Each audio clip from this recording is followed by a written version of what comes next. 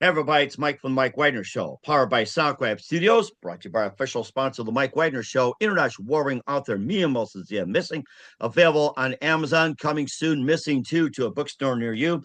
Also, the Mike Wagner Show is brought to you by Illumnithical, think tank of the future. The Sweet Song is by Serena Wagner, based on the life of King David, now on Amazon and High Music. Check out the latest at high We're here with a terrific gentleman who's an author, professor of religion, ethics, and peace studies at Notre Dame in the Keele School of Global Affairs. He studies restorative justice in context of the mass incarceration, religious toleration, and challenges in the pluralism in throughout the world. He earned his PhD from Harvard in religion, ethics, and politics with his teachings in ethical, philosophical, and theological dimensions and restorative justice. And his new book shows how restorative justice having the potential to overcome racism, and basically embedding an American justice system and a culture of retribution and violence. And live, ladies and gentlemen, plus dudes in beautiful downtown South Bend, Indiana, the amazing author, professor of religion, ethics, and peace studies at Notre Dame with the book Restorative Justice and Live the Religions. Ladies and gentlemen, the multi-talented Jason A. Springs. Jason, good morning, good afternoon, good evening. Thanks for joining us today. Well, thanks for having me on your show. It's a pleasure to be here. Well, it's great to have you on, Jason. So you're a professor and author of religious ethics and peace studies at Notre Dame University in the Keele School of Global Affairs. You studied restorative justice in context of mass incarceration, religious toleration, and challenges of religious pluralism throughout the world. You earned your PhD from Harvard in religion, ethics, and politics with your teachings in ethical, philosophical, and theological dimension of restorative justice. And your new book is showing how restorative justice having a potential to overcome racism, embedding American justice system and culture in retribution and violence. And before getting all that, Jason, tell us how I first got started.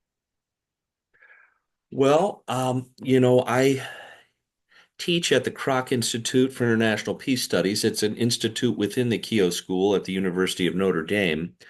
And one of the things that I teach there are a whole range of classes about the different types of justice that need to be in place for peace and peace building to be more than just kind of promoting tranquil conditions. The idea is that in peace studies that peace is so much more than just surface level tranquility, that if you can have conditions of tranquility, but if you don't have justice, there are numerous different forms of violence and injustice that are being done to people, and it's not really a quality peace. So, in teaching about different kinds of justice, one of those forms was restorative justice that I encountered, which I've written a book about, and we'll talk about what it is here in just a few moments. I began teaching about restorative justice, and about the time that I started teaching about restorative justice as an alternative to the standard approach to justice in U.S. mass incarceration. About that time, a book was published called The New Jim Crow by a legal scholar named Michelle Alexander. And this book, it was kind of an instant classic. It's had a revolutionary impact upon our understanding of mass incarceration in the United States. And it presented a set of challenges that I wondered if restorative justice could meet and answer. Challenges about kind of the racialized dynamics in U.S. mass incarceration. So as I taught and researched and wrote about this, at some point it occurred to me that while restorative justice is both a philosophy and ethical system, well, it's also a set of lived practices. And that if I was really going to understand the potential of this to have an impact and transform and challenge and overcome the challenges of U.S. mass incarceration, I was going to have to get outside of my office and out off the university campus and into places and spaces, neighborhoods and communities where restorative justice is currently being practiced. And so, with that understanding, I set off into Chicago and began this process of exploration and meeting people and discovering really what I discovered was quite eye-opening and remarkable in terms of how community centers across the city of Chicago are currently implementing restorative justice practices to transformative effects. And exactly what is restorative justice? Okay, great question. So to define restorative justice, it kind of helps to begin by contrasting it with the approach to justice that the U.S. criminal legal system is currently based on. And so that kind of justice is referred to as retributive justice. Retributive justice thinks of justice as payback or retribution, hence the name. Revenge. Uh-huh. Payback for payback for wrongdoing that takes the form of punishment. So somebody caused harm to somebody, and therefore it's necessary to cause harm to them to balance the scales of justice and hopefully deter future wrongdoing. So a retributive legal system focuses on three questions, namely, what laws have been broken, who did it, what does that person deserve, and more specifically, how do we punish them? So in contrast to retributive justice, restorative justice focuses on holding people accountable for wrongdoing, but doing so in ways that aim to repair the harm that was caused through the wrongdoing, and then tries to address the needs of the people who were harmed, as well as all the people affected, and ultimately to promote healing and open constructive paths forward in the wake of wrongdoing. So restorative justice is sometimes what we call victim or survivor centered, in that it asks a fundamentally different set of questions. Those are, who has been harmed? What are their needs? Whose obligations are these? And then what are the processes by which those needs can be met and the harms repaired? Okay. All right. That makes perfect sense. And of course, you talk about the old Jim Crow and the new Jim Crow. And what is the distinction between the old Jim Crow and the new Jim Crow?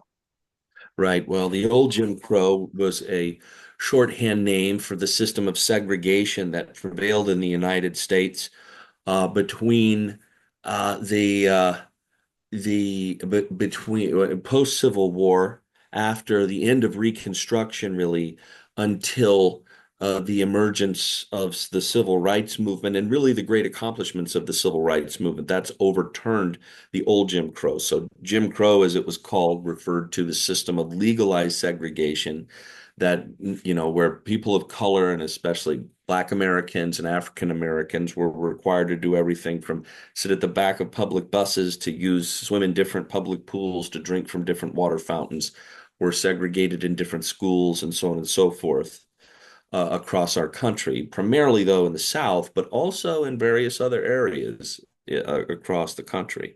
So that was the old Jim Crow. And so the new Jim Crow then is the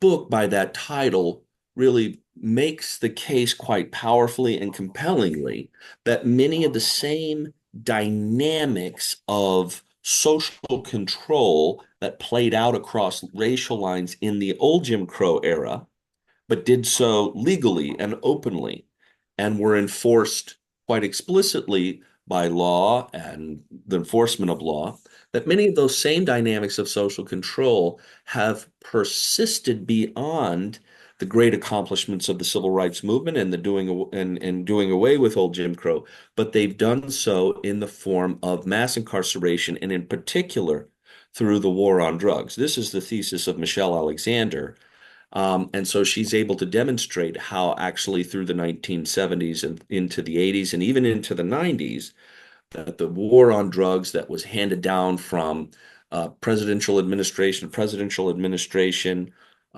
and expanded across the U.S., and then the expansion of mass incarceration as the result, had a vastly disproportionate impact upon African American communities, but also poor communities of all colors, but even then disproportionately Black American and African American. And so you have many of the same kind of impacts of an informal form of segregation that's a little more difficult to see, and a little bit therefore a little bit more difficult to address. And so she names and makes this case.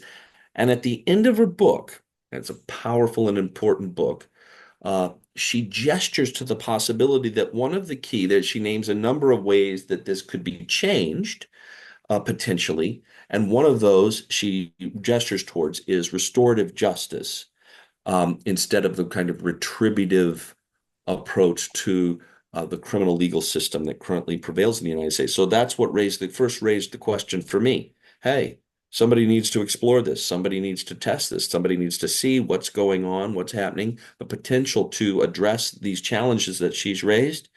And lo and behold, I found really quite remarkable things across the city of Chicago. Mhm. And what was that one exact instance or that one precise moment that simply influenced you into getting involved with restorative justice? Or what was that event or anything like that? Yeah. Well, as with so many people who work in universities as professors and teachers, for me, it was working with my students. Uh, and as I taught, we're very lucky to have remarkable students at Notre Dame. They're very bright, they're very engaged, and they come in and they study with us at the Peace Institute and in the Keough School of Global Affairs because they don't just want to understand these issues and cases and circumstances in an strictly academic sense. They want to go on and try to do something about it. They want to have some kind of impact and change the world. And so I consider it a privilege to work with such bright and talented young people and hope and pray that maybe something they learned from me can inform some of the work they go out and do in the world because, man, they are really special by and large. And they asked me, they said, well, this is great that we have we've got the diagnosis from Michelle Alexander. We've got some case studies to look at and to examine. We've got kind of ethical and philosophical examination of what restorative justice is. But how's it being put into practice? Where's it being put into practice? They raised these questions to me.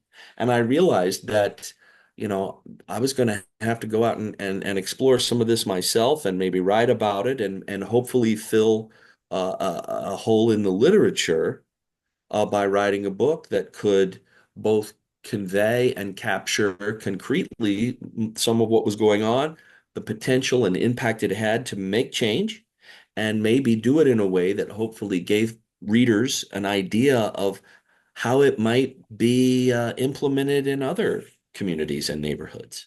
Hmm. And it also made me think of South Side Chicago as well, too. You hear all of the news, he has a stigma of, gangs, drugs, violence, and everything, tied into the Watts section in Los Angeles, and of course, Harlem in New York.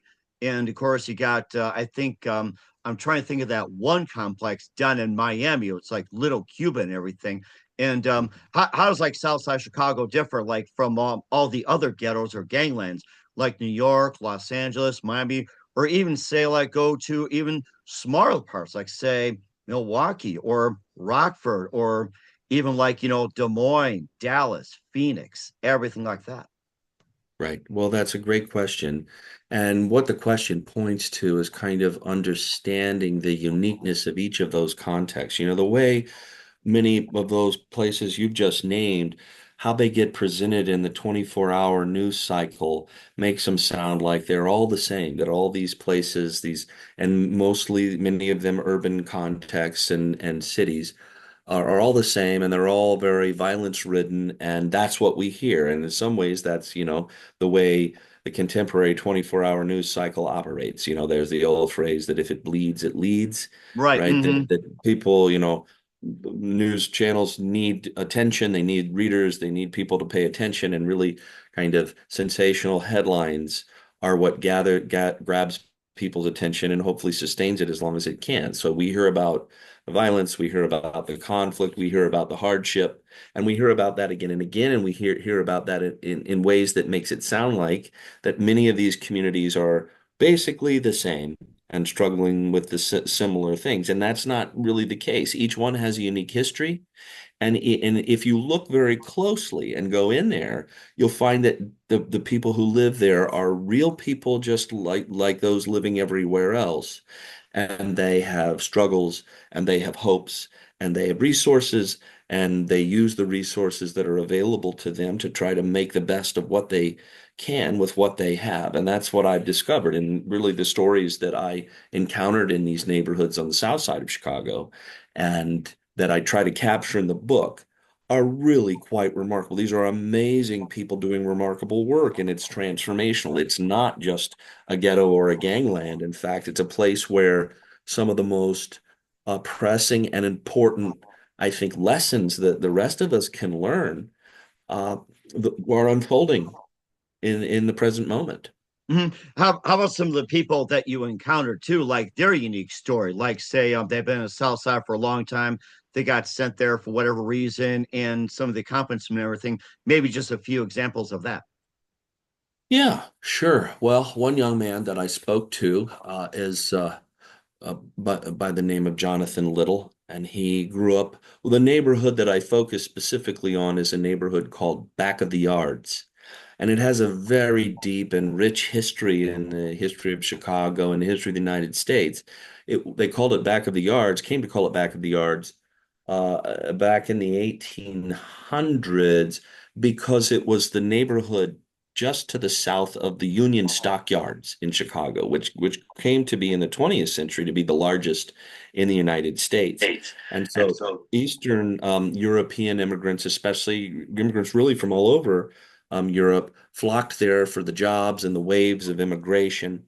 And there were tenement houses and really horrible conditions that cropped up there for the labor force. This was written of by the journalist Upton Sinclair in a book titled The Jungle I in the early. remember that book, The Yes. Jungle. Yes, I read that in high school. I Yeah. remember. Oh my Yeah. gosh.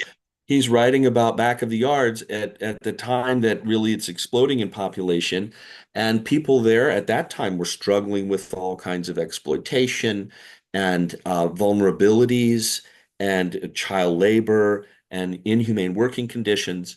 And so, really, this was also a context then in the 1930s and 40s that a form of community organizing emerged under the kind of the design of a community organizer named Saul Alinsky, Hmm. and which had a transformational impact on the neighborhood.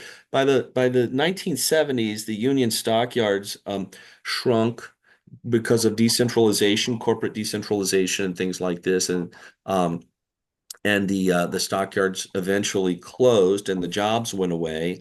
And at the same time, processes in some cases of gentrification and the advent of things like suburbs and freeways cutting through cities to kind of move populations out into the suburbs meant that this was a neighborhood by the late 1970s that was predominantly poor, but also mostly African American and Mexican American. And what you have there is an under-resourced community even now. The resources for the schools are not very good.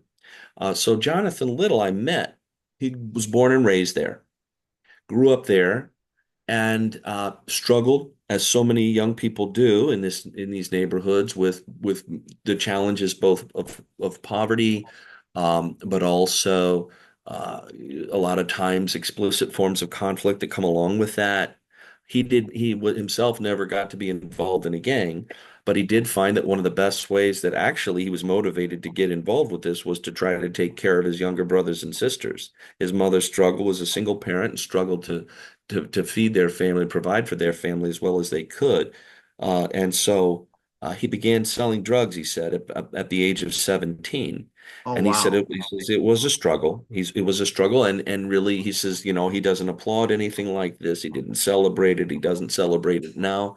But that when your little sister wakes up in the morning and says, Mom, I'm hungry, and there's no food in the refrigerator, he says, you got to do what you got to do. And this was, there were no the fast food jobs available. Not that those would have been Mm. reasonable living wage in any case, but he was eventually caught and put in jail. And he had the good fortune as a first-time offender to have a kind of probationary opportunity he chose a job placement program in a local community center there in the neighborhood. And the center is called the Precious Blood Ministry of Reconciliation. Uh-huh. Started in 2002 and by a group of brothers and sisters of Catholic order known as the Ministry of the Precious Blood, Missionaries of the Precious Blood, actually. And they had begun by 2010 to integrate and use restorative justice practices. And so he said he was placed there for the 6-month program, but in the process, it was really an eye-opening experience for him. He saw people engaging in restorative justice practices to build relationships, to build community. He participated in many of these things. And he came out of the program and went to the director of the center, whose name is Father David Kelly, and asked if he could stay on and have a job there. And Father Dave is always looking. He's still the executive director of the center now, but he's always looking for young people who have come from and grown up in the neighborhood and neighboring communities Hmm. to be what they call credible messengers to the other young people in the neighborhood. They have a certain they have a certain ability to speak and connect with the young people who are growing up there and might be at risk for similar forms of harmful behavior or get into conflict and things like this. And Jonathan Little, at the time I met him, had worked his way into a position of being a case manager and a restorative justice leader, leading many of the practices of restorative justice, and had worked his way into a position of really being able to address many of the needs and the harms of the local community in a leadership capacity. And you talk about an inspiring story, and to meet a young person who grew up there, who overcame the challenges, who had through engagement with this restorative justice center had come to be able to really reach out and connect with large numbers of people who were just like him but younger and at risk, and to help them find brighter opportunities, greater possibilities, more constructive ways of dealing with what they dealt with, and you know, open up more positive paths for the future. Hmm. It also made me think of Cabri and Green because I had a guest on my show who was at Ed- Edward Dees or something like that, and he lived in that time too.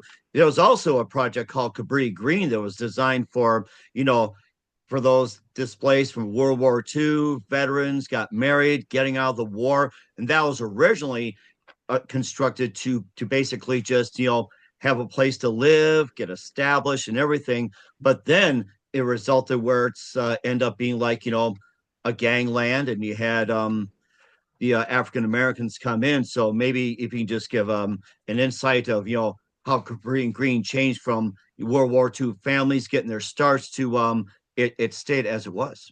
Right.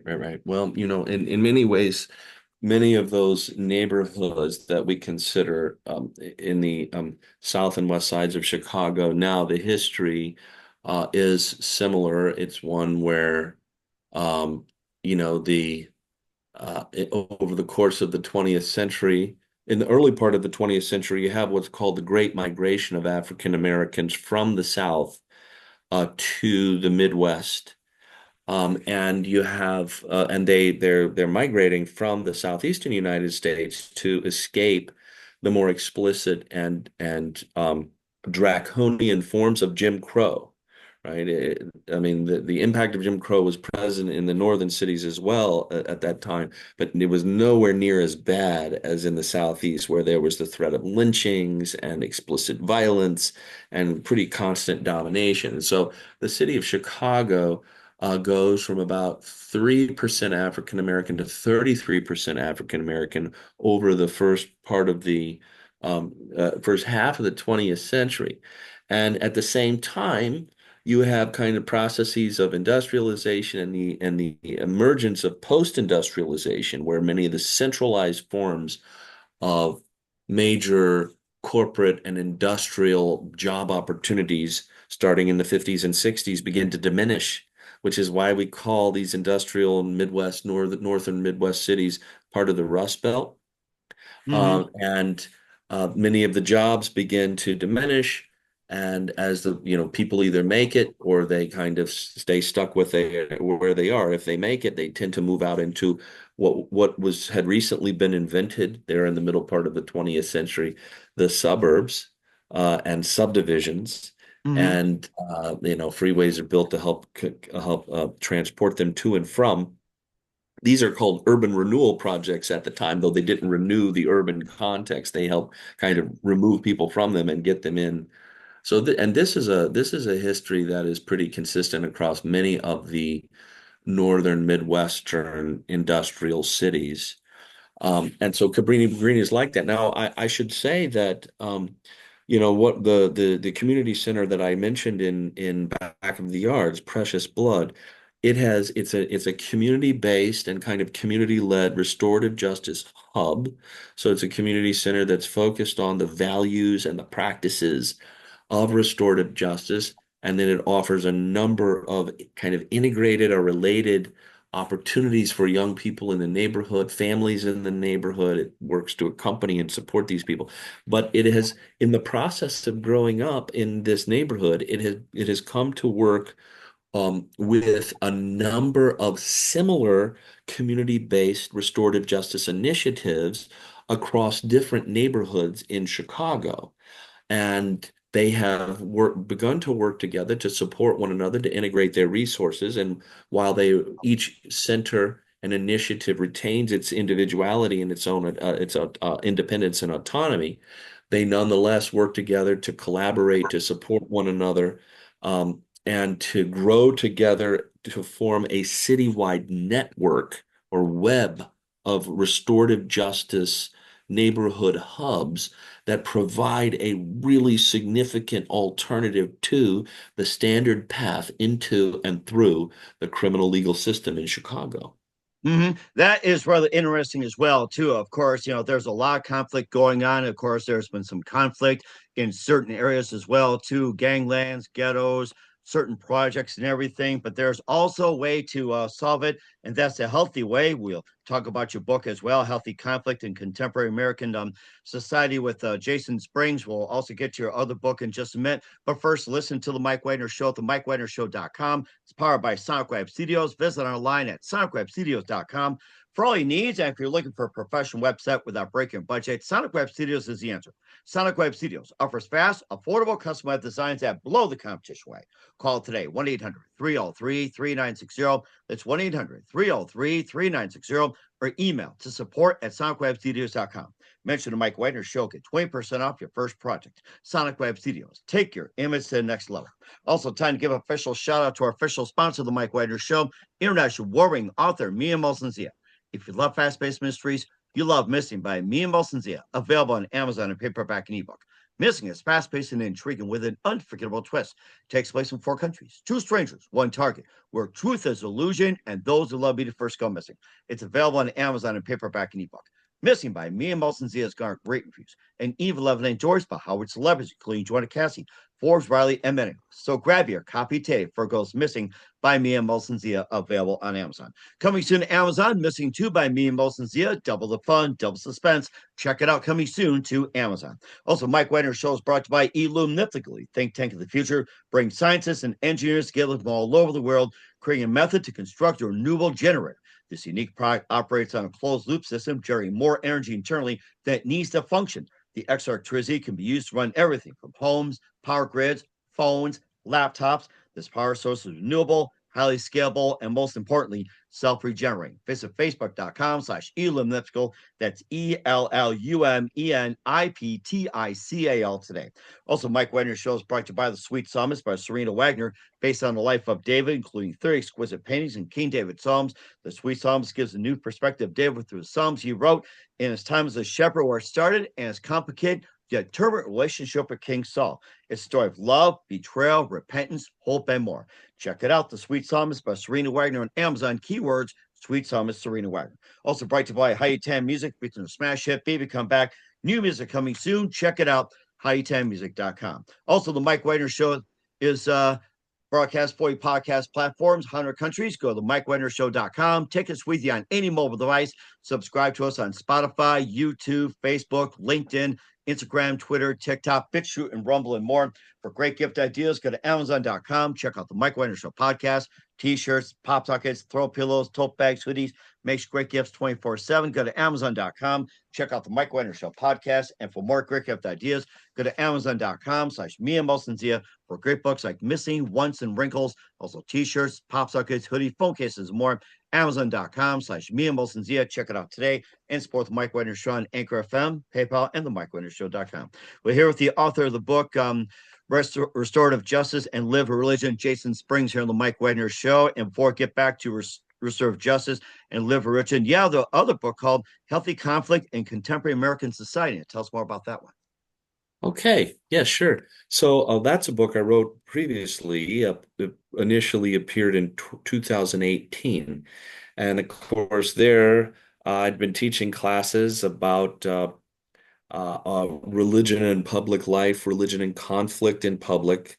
This is the background that I'm trained in my academic training, my teaching at University of Notre Dame. And of course, that book works kind of philosophically and ethically to respond to some of the challenges raised by the way that sometimes religious pluralism and certain forms of intolerance can cause durable or persistent forms of conflict. And some of the case studies I work with in the book are case studies that were unfolding in the middle part of the 20 teens. So you think about, well, what was going on politically in terms of religion and things like this. Well, you can think in terms of, you know, the presidencies of and administrations of Barack Obama and how they inspired responses by initially the Tea Party pushback and then emerging into the presidency of or first term presidency, as it turns out, of Donald Trump. And so this has, of course, been a very tumultuous time in our country. It's been a very politically and socially divided and divisive time. And I use many of the concepts that we work on and study in peace studies to try to think about the challenges that these cases and this particularly challenging and divisive and conflictual period of time in the United States raise. And so, we talk about, for example, the concept of conflict transformation and trying to think of conflict not as something that's a necessarily negative thing, though it can quickly degenerate into destructive forms, but rather to view conflict as something that first of all is inevitable in any time there's a relationship. You can think of this in personal terms or interpersonal terms, that anytime you're in a sustained relationship with another person, at some point in time there's going to be conflict. You're Hmm. not exactly identical. There will be a difference of opinion. There will be reasons to spend too much time with anybody, and eventually you kind of That's too much again, unless you're with a dog or a cat. That's a different story. So, exactly. But I get a little bit of conflict with my dog too sometimes, he does not do what I say, but right when I need him to. So but and so the idea is that, well, if conflict is a natural and inevitable part of human relationships, interpersonal relationships, but also social configurations, how can we think about conflict in a way that doesn't try to see it as something that needs to be resolved or managed or held at bay as a bad thing, but rather to see it as a set of energies that can be engaged constructively and productively. And so this is the idea behind the concept of conflict transformation that we study in peace studies. And so I use some of a concept like that, and I use, like, for example, in a society of ours, such as ours in the contemporary use, we actually have, it's kind of it's a good thing that we have the diversity that we do, right? And that it's a very rich diversity. It's kind of who we are as a people, but it brings a number of challenges with it. And a lot of times that's not going to be resolved by trying to find unanimity or sameness. We're going to have to find ways to move forward and persist in spite of our differences and with our differences, to try to think of our differences as a positive resource. And so I talk about strenuous pluralism, a pluralism that's challenging and it's difficult and it doesn't necessarily resolve into unanimity. But again, it enabled we're able to think and respond in ways that are more constructive and productive rather than to permit it to degenerate into destructive forms of conflict. So that's the idea behind the book, and that's really kind of what I did. And then the case studies I take and the ethical and philosophical resources I use are also kind of by and large, um, resources in that can be found in American philosophy and American literature in many cases. hmm and going back to history of it too, with restorative justice or the pre as well, how has conflict been resolved back in the early days, way early days, and how can we apply it to it now?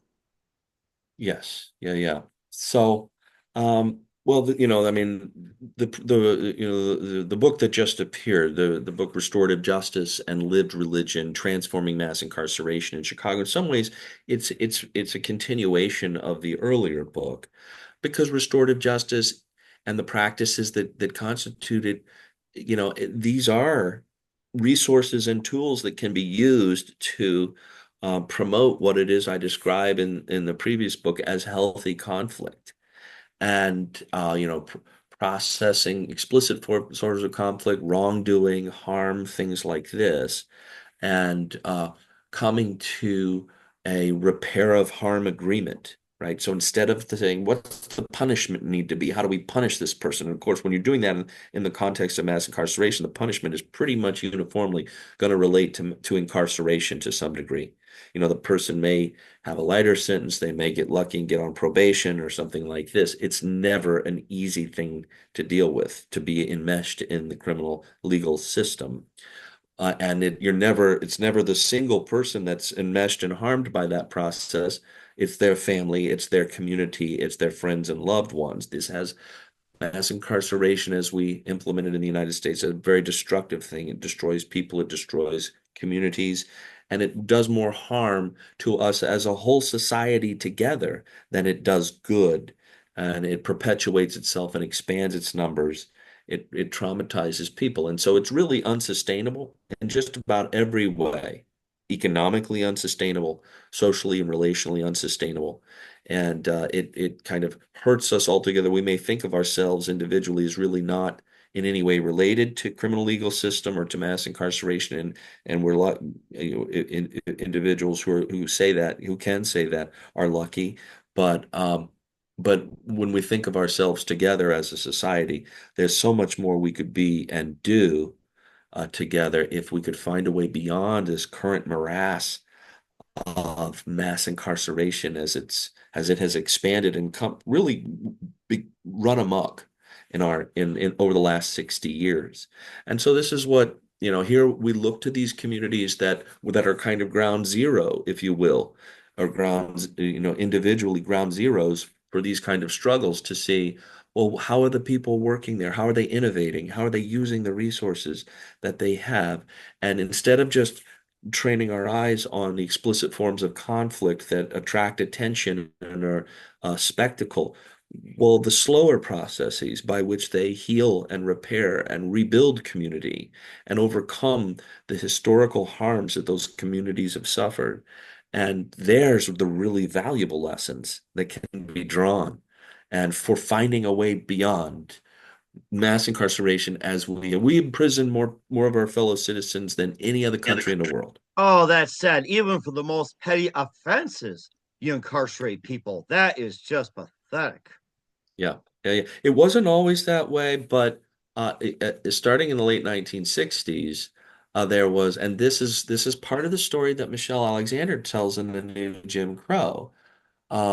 And it's really a remarkable story how she goes back and kind of excavates through court cases, through legislation, through policy, through social movements, through how people responded to what we look back and celebrate as the great accomplishments of the civil rights movement now. In many ways, were received in communities across our country as were experienced as kind of a threat threatening changes. They were changes that were hard to deal with and respond to in ways that would be constructive rather than harmful and destructive. So, but what happens is the prison population, which is about 200,000 in the late 1960s, explodes to 2.2 million by Oh 2010. my And goodness. if Wow. you pull back to include all the people enmeshed in the system, including people on probation and parole, that number goes up to about 7.2 million. Oh my And goodness. Wow. and then when you really pay careful attention to the impact that has on families, on neighborhoods, on communities, on cities, on communities across the country, um, it it's a very, very serious problem. And it's a problem where our approach to wrongdoing and harm and things like this does not solve the problem. It makes it worse. And that's what's happened over the past 60 Hmm. years. Hmm. And restorative justice really offers a set of tested and successful ways of, for example, reducing what we call repeat offending or recidivism. And really, we have in our country not just the highest rates of incarceration in the world, we also have extremely high rates of repeat offending. So people who are caught up and enmeshed in the criminal legal system, even after they've served their time and fulfilled their debt to society, as we say, they come out usually so harmed and traumatized and vulnerable that large numbers of them resort to further wrongdoing and harmful Hmm. behavior. So Yes. the system multiplies itself. Mhm. And so the question is, how do we stop that? And do you think there's also a lack of trust involving law enforcement? Could that be part of it? Yeah, that's also part of the problem that a lot of times in communities across our country, there has come to be, well, the approach to policing is consistent with the approach to a retributive, punitive oriented justice, where we think, well, if we just have a severe enough zero tolerance approach to wrongdoing and harm, that we can reduce it. And that's on the side of policing. A lot of times, that is results in kind of an us versus them approach to people out in the community, you know, seeing us, that is law enforcement, as the people who have the ability to use legitimate amounts of force and deadly force to do what we need to do. We kind of expect that the people out there are suspicious of law enforcement, are liable to harm us, and therefore we go in, whatever the situation may actually need. Sometimes it's situations that really law enforcement aren't the best people to respond to it. It could be a mental health situation, it could be a matter of homelessness, it could be a situation where a social worker might be a better first responder. But pretty uniformly, we pick up the phone and dial 911, and the person who responds, whatever the situation, whether it's a mental health episode, um, a lot of times we hear tragic cases where police come in and in part because of a kind of deep division, divisiveness, and an us versus them mentality. And it goes both ways, but often will resort to forms of force and overuse of force, and even in some cases, police brutality. So restorative justice also reaches out to law enforcement people and says, hey, these are folks who are also being harmed by the harmful nature of the criminal legal system that has emerged and evolved in the United States. And restorative justice invites these people to come in and participate in practices that cultivate relationships, relationships of trust, relationships that are constructive, that try to work productively to move forward, to heal and repair and build sustainable, healthy relationships. And lastly, how can we help? Well, in terms of your listeners, I would say the number one thing to do would be to begin exploring, learning, educating, you're educating themselves on what this is. And I'd love, I mean, there are a number of books I can recommend, but the one I love to recommend most at this point in time, of course, is the book that I just wrote, Restorative Justice and Lived Religion, Transforming Mass Incarcerations in Chicago. And that's available on Amazon or wherever they happen to buy and order their books. It's published by New York University Press in a book series called Religion and Social Transformation. So that's kind of the theme, of course, of what I study and address. There are other books, that I talked about. Michelle Alexander's The New Jim Crow is a wonderful place to start understanding the nature of the problem. And then another book that I rely heavily on in my own book, and which was also inspired me in many ways to launch into the research project across on the south and west sides of Chicago, is a book by a woman named Danielle Sered. She's a practitioner of restorative justice in Brooklyn, in New York City, and her book is entitled Until We Reckon. And it's also a very powerful account, especially of the ways that restorative justice practices can respond to explicitly violent forms of conflict and harm. Uh-huh. So those are great places to start and to just to begin to explore. And then after learning and reading and getting a sense of what this is, to try to identify, hey, where are there instances of this that are being practiced in my own community, in schools and churches, in community centers? And if not, could it be useful? And how might we implement it? And that's a very good thing as well, too. What's coming up for Jason Springs? We'll find out just 1 minute. You're listening to the Mike Wagner Show at the MikeWagnerShow.com, powered by Sonic Web Studios, brought to you by official sponsor of the Mike Wagner Show, international warring author Mia Moses Missing. Also brought to you by Illumnifical, a think tank of the future. The Sweet Psalmist by Serena Wagner, based on the life of King David on Amazon, and High Time Music. Check out the latest at hightimemusic.com. We'll be back with the amazing author Jason A. Springs of Restorative Justice, Live Religion after this time out. We're back with author Jason A. Springs of Restorative Justice and Live Religion here on the Mike Wagner Show. And just one more thing about the book. And once again, where can we find the book at? And what's your website?